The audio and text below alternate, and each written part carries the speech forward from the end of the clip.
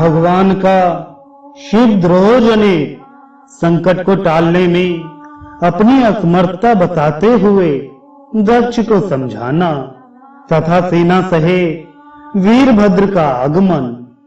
दक्ष ने कहा, विष्णु महाप्रभु, आपके बल से ही मैंने इस महान यज्ञ का आरंभ किया है।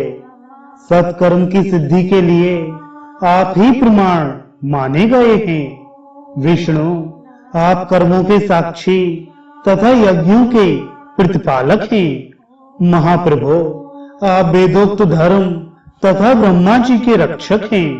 अतः प्रभु, आपको मेरे इस यज्ञ की रक्षा करनी चाहिए, क्योंकि आप सबके प्रभु हैं। ब्रह्मा जी कहते हैं, दक्ष की अत्यंत दीनतापूर्ण बात सुनकर भगवान विष्णु उस समय शिव तत्व से विमुख हुए। दक्ष को समझाने के लिए इस प्रकार बोले।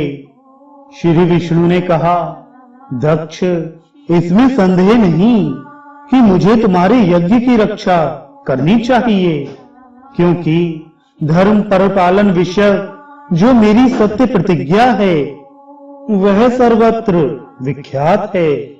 परंतु दक्ष, मैं जो कुछ कहता हूं उसे तुम सुनो। इस समय अपनी क्रूरतापूर्ण बुद्धि को त्याग दो। देवताओं के क्षेत्र नैमिषारण्य में जो अद्भुत घटना घटित हुई थी उसका तुम्हें स्मरण नहीं हो रहा है। क्या तुम अपनी कुबुद्धि के कारण उसे भूल गए? यहाँ कौन भगवान रुद्र के कोप से तुम्हारी रक्षा करने में समर्थ है? दक्ष, तुम्हारी रक्षा किसको अभिमत नहीं है, परंतु जो तुम्हारी रक्षा करने को उद्यत होता है वह अपनी दुर्बुद्धि का ही परिचय देता है। दुर्मते, क्या कर्म है और क्या अकर्म, इसे तुम नहीं समझ पा रहे हो। केवल कर्म ही कभी कुछ करने में समर्थ नहीं हो सकता। जिसके सहयोग से कर्म में कुछ करने की सामर्थ्य आती है उसी को तुम स्वकर्म समझो। भगवान शिव के बिना दूसरा कोई कर्म में कल्याण करने की शक्ति देने वाला नहीं है। जो शांत हो, ईश्वर में मन लगाकर उनकी भक्ति पूर्वक कार्य करता है, उसी को भगवान शिव तत्काल उस कर्म का फल देते हैं। जो मनुष्य केवल ज्ञान का सहारा ले अनीश्वरवादी हो जाते या ईश्वर को नहीं मानते हैं, वे शतकोटि कल्पों तक नरक में ही पड़े रहते हैं।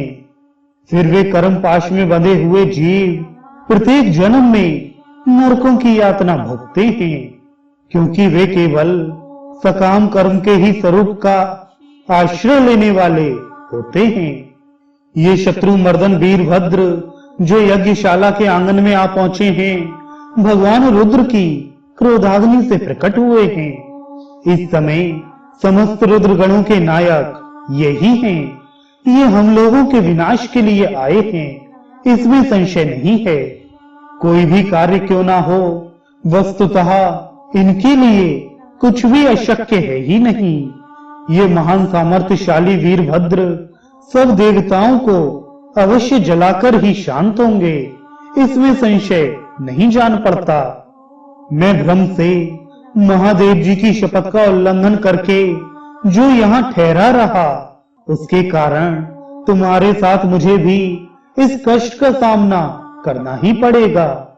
भगवान विष्णु इस प्रकार कह ही रहे थे कि वीरभद्र के साथ शिव गणों की सेना का समुद्र उमड़ आया। समस्त देवता आदि ने उसे देखा।